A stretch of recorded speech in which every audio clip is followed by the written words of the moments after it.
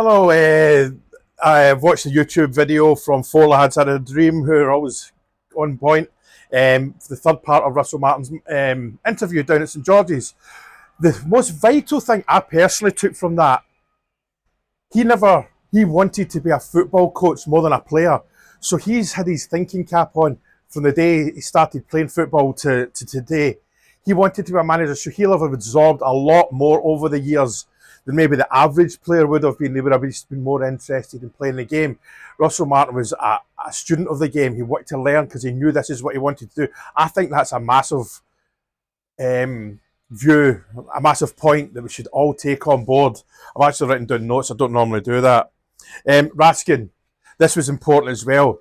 He realised from watching the games last year that Raskin was probably overworking because he didn't have the players around him to assist him the way and to promote his style of football. So this season, with the players that have come in at the moment during the closed season, should I say, we now have more players around them that have got work at a higher level, higher skill set that will make Raskin's impact a lot better.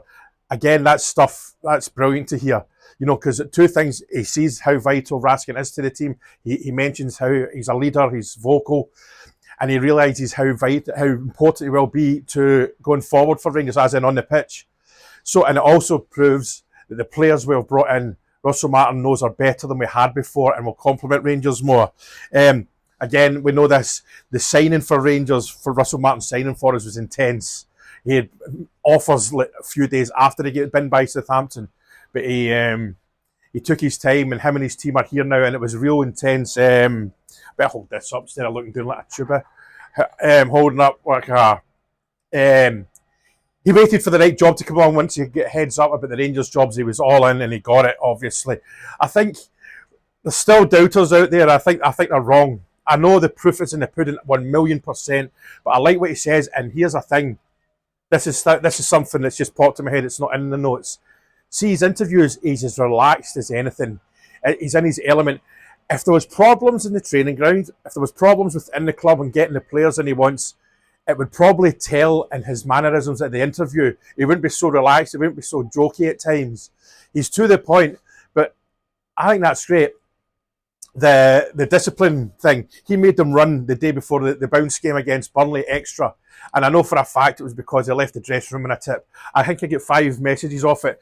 One of them, guy I trust 100%, I won't say his name, you know who you are. He's in the subscription area. He said, look, don't post this right now.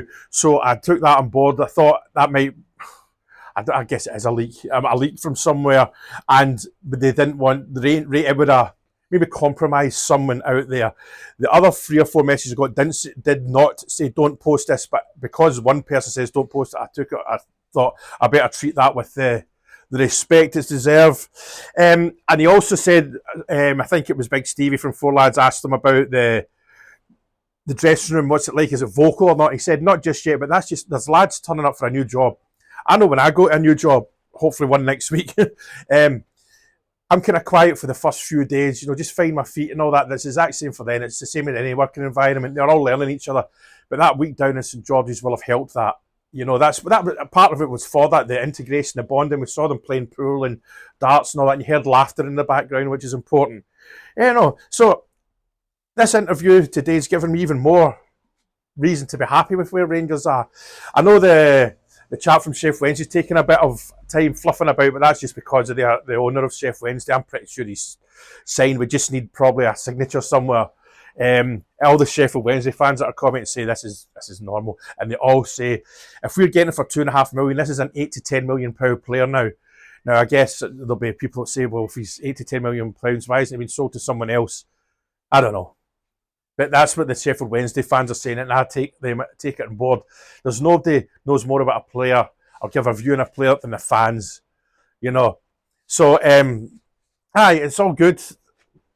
Aye. So, what's your views on it all? Oh, yeah, that's the thing I was going to say.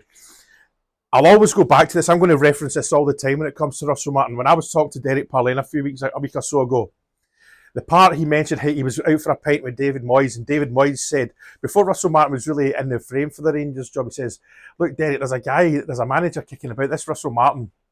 He's an up-and-coming guy. Keep an eye on him. and he ended up at Rangers. I'll post a link to that video below. I've got shortened it down to that when Mr. Parlane talks about that. So these are the guys you really listen to. If Davy Moyes talks like that and Derek Parlane's happy, I'm happy.